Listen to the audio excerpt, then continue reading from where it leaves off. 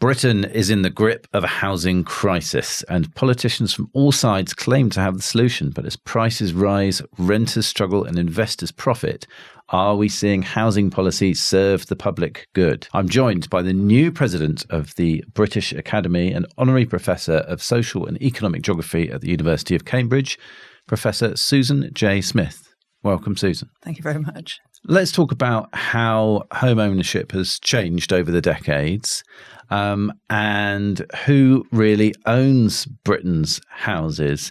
But first of all, I'd like to sort of address something that has changed over the decades that has been sold to us by politicians as being a really good thing, which isn't, right? Which is rising house prices. So, over the decades, people have thought, value of my home's going up, and that's, contributed to the wealth effect, right? And made people feel better off. But I don't think it does. Would you agree? Well, there's a good reason why people have bought into the idea that rising house prices are good. And that's because over the past, let's say, 40 years, certainly since the 1980s, what we've seen is what people talk about a U-turn to inequality in the UK. We've seen a polarisation of income and wealth, and we've seen a stagnation of sort of middle to lower incomes. And the one saving grace that ordinary households kind of had was that more and more of them were able to buy into owner occupation. And owner occupation did something that no asset had ever managed to do before, which was to put some wealth, even if it was mortgaged, into the hands of ordinary people. So at a time when all wealth is starting to polarise and incomes are stagnating, if you've managed to buy in to owner occupation, you've suddenly got something to lean back on. You've got a sense of security in a period when also the welfare state is starting to roll back. So actually, those rising house prices did something quite important for the British public. It gave them a safety net, which was sort of perceptual, so it encouraged people, if they had lots of housing wealth accumulating, to spend from other pots of money and keep the economy going, which was also quite important. But more critically, because of the way mortgage markets were changing, they could also borrow up against those rising prices, release money to spend on other things. So going up to 2000, everybody liked that. Mm-hmm.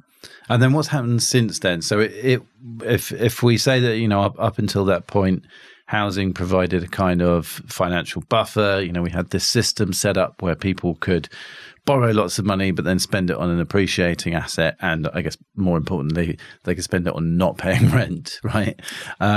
What's changed in the last 2 decades that's made that contribute to inequality more? Well, those rising prices started to get out of control. Yeah. So more and more people were finding it difficult to get deposits to buy into home ownership. And in the early 2000s, well before the financial crisis, which everybody thinks about as being a key thing, young people stopped being able to get onto the housing ladder. So around 2003, we saw younger people, particularly younger people from middle class and poorer backgrounds, people from higher up the income distribution, younger people managed to maintain their home ownership rates, but it looked like a big dip. And that meant that for the first time in 50 years, less people rather than more were able to buy into owner occupation. I think that really started to focus people's minds that something might be going wrong. And what were the causes of that? So, at that point, credit was still quite cheap, right? And that actually got cheaper after the financial crisis, right? So, it wasn't necessarily the cost of borrowing so much, although, lots of people, their income was affected by the financial crisis. So what was it that got in the way of that progress that had happened up to that point? Yeah, well, what happened after the early 2000s was that housing wealth, which had been this kind of people's wealth, had been sort of, let's not over-exaggerate it. It's always been quite unequally distributed, but it was spreading wealth out a bit. Housing wealth itself started to concentrate, along, actually, I should say, also with high incomes and also with other forms of wealth. And property was a fantastic place to put capital. So everyone, who could argue everyone who could was rolling funds into property. People were already starting to get larger property portfolios, second homes, the private rental market had started to boom, all of these things. And also corporate actors were starting to move in. So there was upward pressure on prices just when people's incomes weren't able to, support them. And if they hadn't got this rollover of wealth, if they hadn't got this sort of inheritocracy or bank of mum and dad working, then they were starting to not be able to get on that housing ladder. Yeah. And looking for alternatives which were now not in as good supply as they had been in the past. Yeah. And do you think that was the main factor, aside from, things like very low interest rates, very wide availability of finance? Do you think that was the main factor, just the question of who owned all the housing stock? I think the changing ownership and the polarisation of wealth and all the polarisation of all wealth, but also the growing polarisation of housing wealth certainly has had a big impact on people being able to get on the bottom end of the housing ladder. I mean, all kinds of reasons why there's lots of credit and cash flowing into the economy at that time. But, yeah. And so who owns most of Britain's housing now? Do we know? Well, that is a very good question. I mean, we still got 60% owner occupation, maybe a little bit more, maybe 63% owner occupation. So in that sense, in terms of the bulk of residential property, it's still owned by owner occupiers, by ordinary households, albeit by perhaps a skew to the top of the distribution. What I think, where we started to see quite I'm going to say it's massive, but a real change in the nature of ownership is in the rented sector. Because first of all, from about the 1980s, we've seen the public ownership of the rented sector shrink away. So social ownership, state ownership of public housing, which had such a big role, between the 1950s and the 1970s. We had about 30% council housing. It delivered a really nice housing income to really quite a broad cross-section of the middle income and lower income population. Well, that started to shrink away. And quite a startling thing happened, really, which is that the private rented sector, which had been massive in the early part of the 20th century, I mean, 90% of property was privately rented at that time. And for all the sorts of reasons we probably think about it started to dwindle away. It had gone down to 17% of the stock, perhaps less, by about 1980.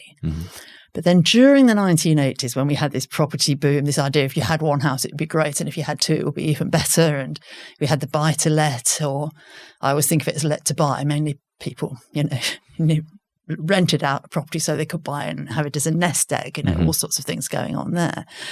But then into the 2000s, we've seen, it's not a landslide change, but we've gradually seen more consolidation of that sector. So we've seen, instead of like lots and lots of people having just one house to rent out, private landlords, we've started to see that consolidating. Private landlords having bigger portfolios, but most critically, other kinds of landlords, corporate landlords, perhaps very large corporate landlords in some cases, coming in. And the big difference that they make is that they're very often backed by hedge funds, private equity, listed property companies and so on, which are linking the actual physical housing stock into financial markets for the first time, really, in a very concerted way. And of course, what their job is, their role, is to make money. So, they are going to make as much on rents as they possibly can. They're going to get the best investments for their shareholders and investors. That's what motivates them. That's why they're there. So I think we've seen this much more. We've seen more corporates into that sector. We've seen financial markets coming in through platforms, which is doing, some very interesting things to housing stock, which we can talk about. And that's put upward pressure on prices and changing the ownership structure quite steadily. So it's the sort of end of the sort of buy to let investor landlord that we used to see, model that we used to see, and the coming in of sort of, kind of asset managers, as we see in the US, a lot of property owned by asset managers who are using that as a, as you say, as a means to make money. But I mean, so were the private landlords, right? That's what they were doing it for. They weren't doing it out of the goodness of their hearts. And I mean, I've rented a number of flats around London from private landlords that I've never rented a flat from BlackRock, but I wonder if it might not have been better because they have a corporate reputation to uphold, and they have other investors in other things who might make judgments on them about that, whereas just one person who owns one house and rents out to somebody else might not be quite as accountable. Do you see some validity in that argument? Yeah, no, you're absolutely right in the things that you say. And by the way, I don't think that we're seeing the end of the small private landlord. I mean, they're still the dominant actor. Yeah. All I would say is that in that period where they came into the market, we know from surveys that they were a whole mix of. They bought into it for a whole mix of motivations, quite often as a sort of pension pot. It was a period of really rapid house prices, and I think we could broadly say there was a lot of focus on capital gain. I've used the let to buy idea. They needed to cover. They needed to cover the mortgage. They wanted to make a bit of income. They were a mix of motivations, a mix of skills of landlords. Some absolutely hopeless. I mean, they weren't in it necessarily to be landlords. Some very good. Some focused on getting as much as they possibly could. Perhaps that's one of the ones you had, out of their tenant. I think they were pretty much all like that. To be fair, well, maybe, and sure. Overall, but they were just such a big mix that when I look at that group, I don't think of things being quite so systematically organised around the extraction of rent. It's there, of course, it is not, and they've often got very old properties. They're probably not very good at renovating and repairing. Some might be deliberately not very good. Others just don't know how to do it. So it is just such a big mix, and I think the shift is rather different. Now, there are some aspects of that shift which you've put your finger on, which are absolutely fine. We should be pleased to see professional housing management there. We should be pleased to see people with proper schedules of maintenance and repair. We should be, pleased for all those things. It's just that when you weigh up the academic literature, the research literature that's starting to develop, I just think we've got to be quite cautious because, for example, you might go and rent one of these fine build to rent, properties. It might be quite small. Perhaps you might be a single person renting there. It's going to be cloaked with loads of extra amenities and different things that you can be asked to pay extra for or required to be paid extra for. They'll be extracting a premium. You might be absolutely fine with it. Your income might support it, absolutely fine. But there's a cost to that because then there is also family households which aren't being serviced by that. And I guess one of the things that worries me most about this new model is that there are lots and lots of hidden social costs that nobody is paying for. Yeah. And so it's not that I've got a problem with somebody coming and, doing the, nice private renting for higher end professionals, but there is a cost to that and we need to be mindful of it and think about how to deal with the balance of provision. Yeah. So it's almost kind of creating more of a wedge, a sort of, creating more inequality within the market. It might be, and the same might be true in by build to rent it is a small sector. It's expanding. It's one way that corporates are getting into renting. So is kind of, what do they call it? Convert to let. Picking up these big old.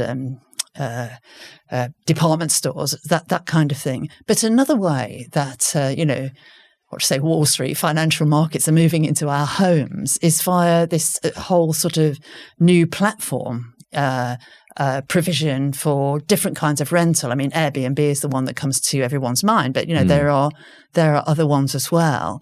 But now, what they offer to people with their own properties or with properties that they have to let, what they offer is the possibility to chop up those homes into lots and lots of time periods and spaces. And so, if you do lots and lots of short lets, you can make a lot more money. And if you actually do lots and lots of short lets of smaller and smaller little bits of your home, you can make even more money. So you can make loads of money like that. And you don't mind sharing it with the platform because you're still making loads of money. But the cost of that is a long-term let to a family who need the whole home. And, I'm open to lots of different models, but I do think we've got to recognise that there are costs of going down one particular route. And that's the thing that concerns me about the changing ownership and use of the rented sector. Yeah.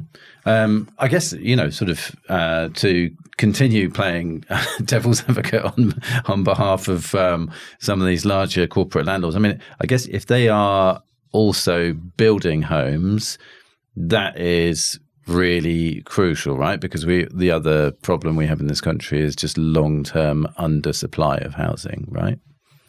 It is a major problem. I know we have one of the lowest vacancy rates in Europe. We have, one of the least homes per head. We have least new build per head. We've done very badly on house building. The sort of house building maximum was in the 1960s, and we've never really got back to those levels. So I am somebody who thinks yes, we do need new build. It costs a lot on carbon. We should be thinking about the existing stock as well, but we've got to get some more homes into the system. So yes, absolutely. But there are still concerns about the way some of these, especially some of the big, large builders operate, because they are tied into financial markets. They do have shareholders who they want to deliver dividends to. And there was an interesting study done in Sheffield around the sort of mid-2000s up till I think about 2017, showing just eye-watering sums going to shareholders and on bonuses and that kind of thing. Meanwhile, profits really exceeding the delivery of the new build. So there are issues, I think, serious issues around regulation, taxation as well, but we might come to that, but around managing these projects because we've had so little public investment in housing, so very, very little actually in the physical fabric of housing for so long. Of course, we're looking to private flows of funds. And of course, when they come along, we're in a tricky position. We've got to take them. But we've got to manage it. I think we've got to regulate more strongly than we are doing. Yeah. I mean, we had a recent issue of our magazine focused on the quality of new build housing. My colleague Anoosh Chakelian wrote a really fantastic investigation into a lot of these properties, and we'll link to that piece in the show notes. I want to talk a little bit about the politics of the housing crisis in supply, and I guess let's start with the prickliest, perhaps potentially most divisive area of that, which is the pressure placed on housing supply by immigration. So just, looking at the last 2 years, which I think is like after the 2022 peak of net migration. But if we just take the last 2 years, so you've got about 1.3 million net migration into the country, and then you've got less than 250,000 housing completions. And, if you do very rough back of an envelope calculations, which you can unpick in a minute from an academic point of view, but if we say, roughly in the UK, there's about 2.3 people per household, then that leaves you about 300,000 new homes short just to cover immigration over the 2 years. Not to cover anybody else sort of new households. So that looks to me like one of the fundamental pressures on housing supply. What's the academic position on that? I'm sure the academic position is quite wide-ranging, but I'm very interested that you started, this discussion by talking about the politics, and then you immediately went to immigration, and it's such a common thing in politics to use to define a housing problem in a way that actually puts a spotlight on a different set of issues, and in fact the corollary of it is to say, well, let's limit immigration. I don't think it will do anything for what we call the British housing crisis. If you did that. So I think that link between what's happening in the housing system and some of these big headline issues like immigration is with respect, I think it's the wrong way to approach it, because you might say, you might equally say, well, what about all of these people who are choosing to live on their own?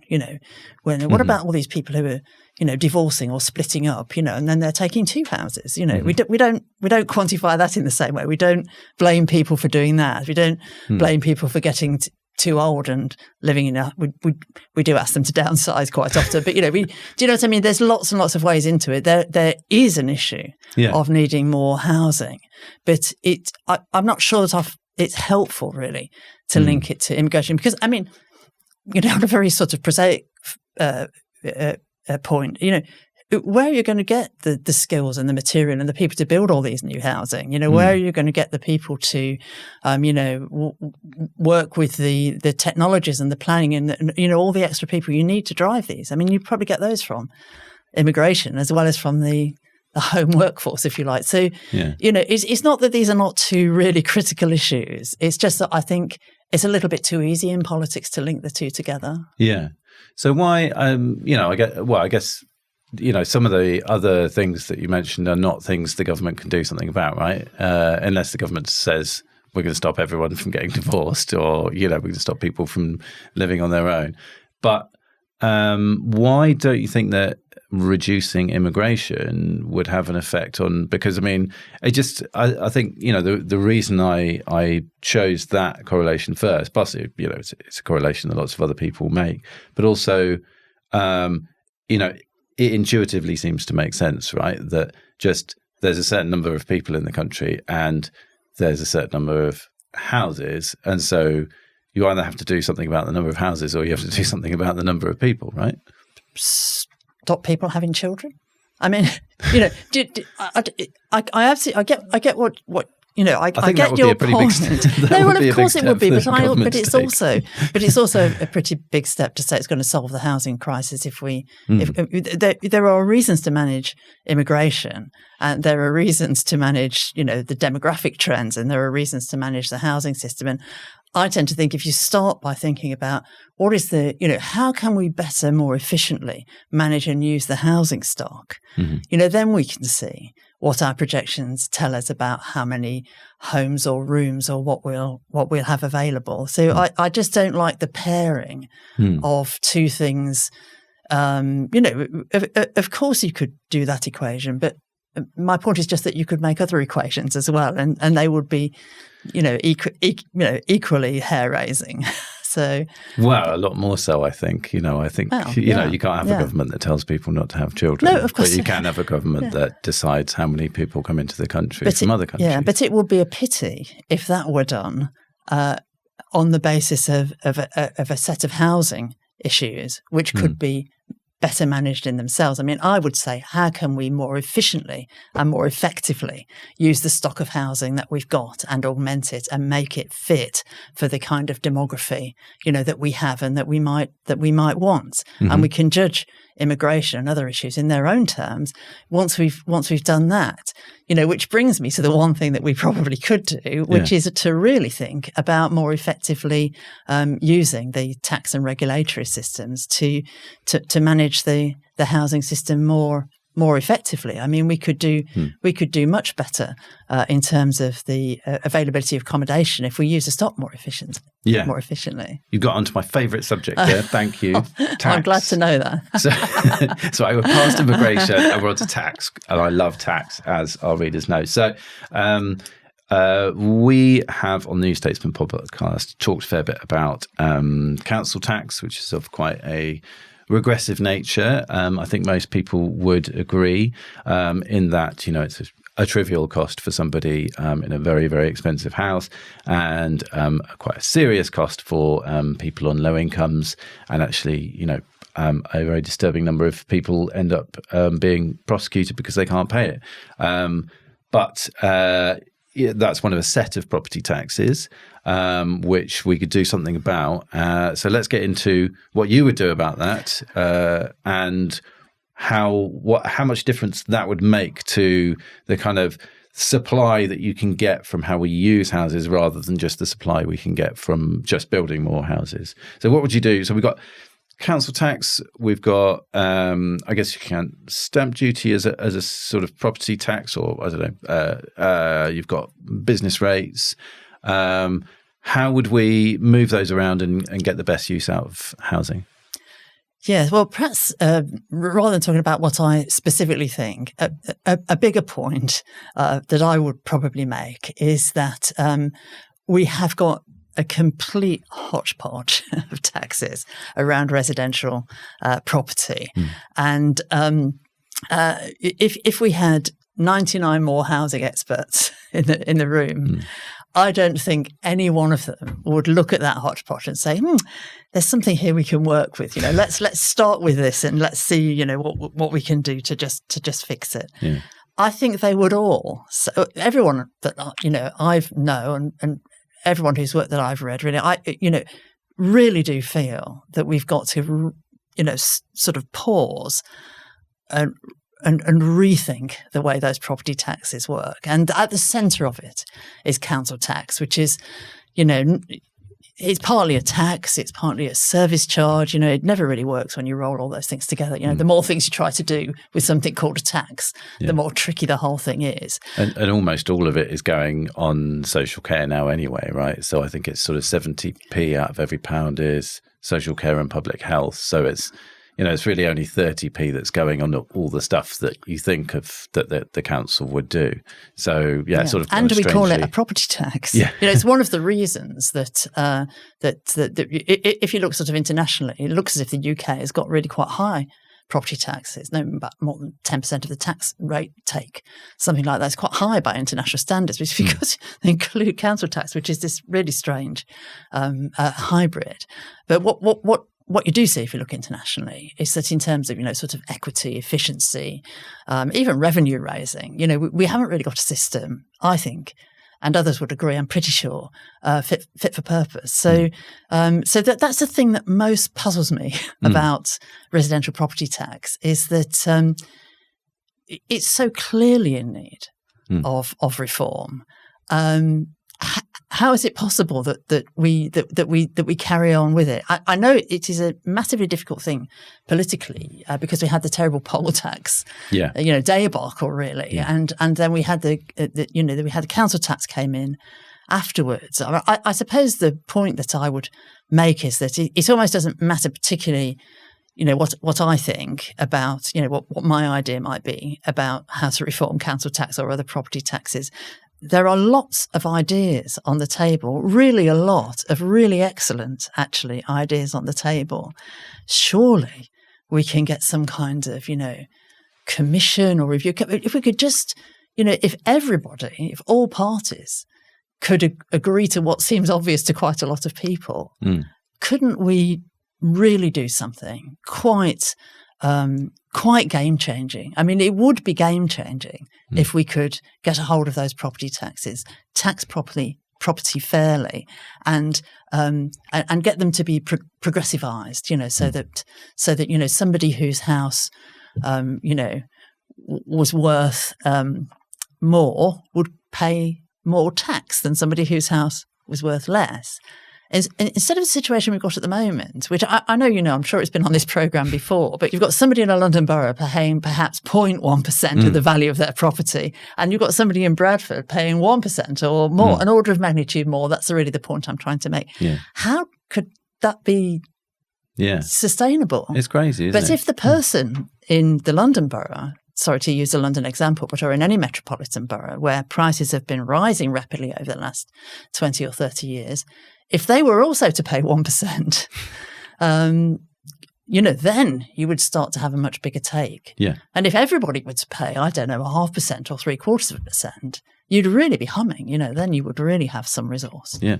It would kind of do a few political jobs at once, wouldn't it? Because, I mean, what you're also talking about there is a form of wealth tax in that, you are like, you're talking about taking taxing, people's assets proportional to their, to the value of them, right? Rather than, just having this sort of strange system of compromise that we've ended up with where it's all done against values from 1991 anyway, isn't it? So, except in Wales. Yeah. But it is from that sort of, it is a sort of classic British political compromise system, isn't it? Where lots and lots of different arguments have been had with different local authorities and landowners and people like that. And we've ended up with something that doesn't really work, but which everyone can agree is the sort of thing that will get through in the end, just because it sort of grows organically like that, which is that's very British, isn't it? That's very part of our constitution, things happening like that. But like you say, it doesn't really seem to work very well. And so can you put a number? Say we don't have to go into the specifics of exactly what we do with the tax system and who gets what, but is there a number you can put on the kind of supply, non-built supply, if you like, that you could free up were you to do a better job of taxing property so that you have fewer empty properties, you have people owning on average fewer properties each. If you design that system, how many kind of free houses do you get? I wasn't thinking of answering that. I wasn't thinking of putting the answer like that. I was thinking of answering like how much extra money could you raise? Yeah. And that sort of answer would be, I think we raise about 45 billion on council tax at the moment. Mm-hmm. But if you put into that some elements of residential property tax that aren't even on the agenda, aren't even in the mix at the moment, you could probably raise another 30 to 50 billion, depending what you decided to tax and how you structured the tax. So it's a really meaningful amount. If we had a system that properly tax under occupation, which I think is what you're getting at. The only figure that really comes to my head on this, although there has been some quite good work being done on this, I think around the LSE, certainly Josh Ryan Collins has been involved very much in it. But there's something like over 2/3 of the population has more rooms than they need, and there's only one group that we tax for having more rooms than they need, and that's people who are council tenants who get the bedroom tax. The rest of us can have a lot of spare rooms. They are part of the value of the house. They appreciate in value. We don't pay any tax on that at all. So if we did start to properly tax the value of properties, we might see some adjustment.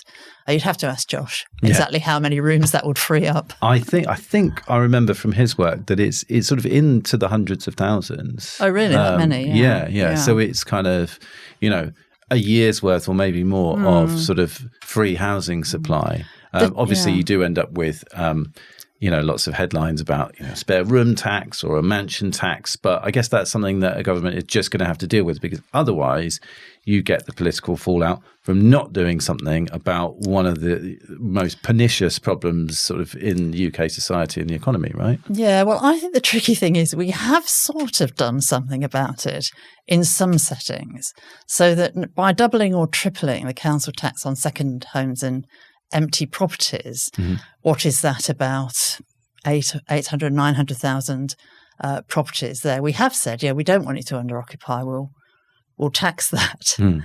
But the idea of taxing people's spare rooms, as you say, is the most difficult one. I can't really see politicians getting their head around it. But if we did properly tax the value of the property, so it would be like a sort of annual tax on the wealth in the home, which it would replace council tax. So, most people probably would be better off actually, but you would see some adjustment at the margin. So it might do the trick in the same way. I think it would certainly be more effective than this, use of strange permutations of council tax to, tackle particular other things. I mean, not the double charge on second homes and empty homes, is quite right and has been very important for certain areas, but it's not really tackling the whole problem of under-occupation of the stock, if that's what you really wanted to address. Yeah. And what if we end up with a sort of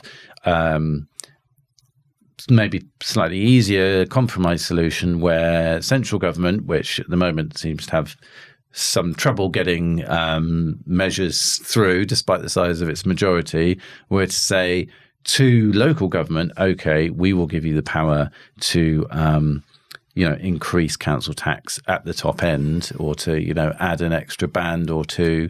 Do you think that would be worth doing, and that would sort of have a meaningful impact on housing as well as revenue for the Exchequer? I think it would be quite problematic, because I think the issue now with sort of tinkering with council tax is that it's arguably being used to solve a problem of local authority funding. And that's quite a different issue. And what you would probably find is that the most cash-strapped local authorities are the ones who would have to put those extra bands on. And so you'd actually be asking people who are already in relatively deprived areas, already paying council tax at an order of magnitude more than people in less deprived areas, to pay more. So I think that would be a sticking plaster that could not really be very effective. So you'd have to do some sort of redistribution between councils anyway, and at that point it would just be obvious that what you're doing is just, sort of taxing more in general, and you need to do something more than fiddle around the edges. I think so. I mean, the thing with the housing system is that it adjusts very slowly. We talk about housing crisis today, as if it was some sort of car crash, and we could, bring out the cavalry, save the people, clear the wreckage, and then we could carry on along the road as business as usual. But these things are building up over many, many, many years. So there isn't a quick fix. And I think the danger is that, we might come up with these sort of interesting quick fixes, try the quick fix, but we can't manage the housing system with a series of quick fixes. So we need something for the long term. That's why I really feel, with the evidence base that people have been assembling now around council tax and residential property taxes, I really feel we're in a position where we actually could do something different. We could do something that would be much fairer, but it would also raise more revenue. And people say that people say that reforming council tax, wouldn't be popular and it would be a vote loser, but it would probably benefit more people than would lose out from it. And quite a few people who would lose out from it, might not really mind that much, I mean, Yeah, I mean, you could have said that about winter fuel allowance, couldn't you? I mean, you never know. Well, of course, it is a matter of managing the winners and the losers. So there's a lot of argument and deliberation. But I feel with residential property tax, we're in a really good place. There are good solutions out there, a lot of good ideas.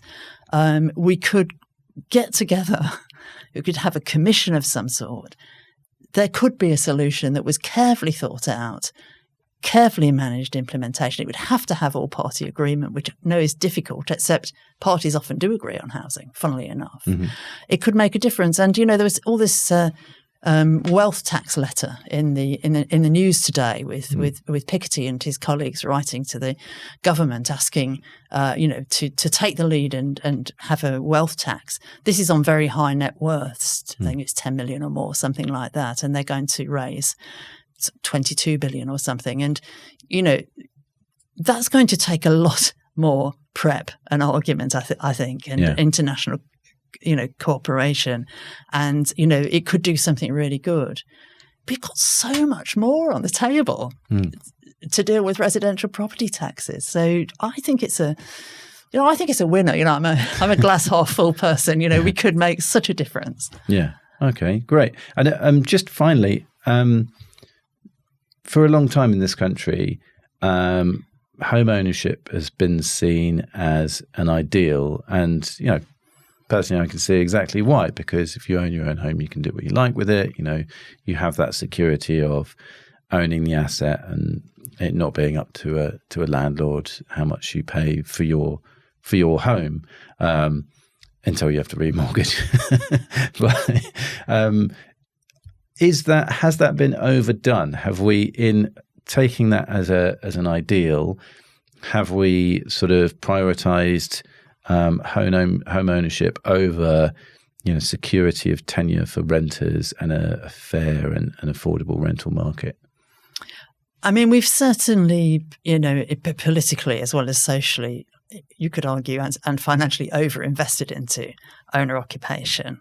And the main way in which we've done that is we do really give owner occupiers, and I am one, but we do give ourselves, really big tax breaks. It has always been it has always been supported through different kinds of tax breaks. You don't have to pay any tax on the investment return. You don't have to pay any tax on an imputed rental stream that you might get from living in your own house as your own tenant.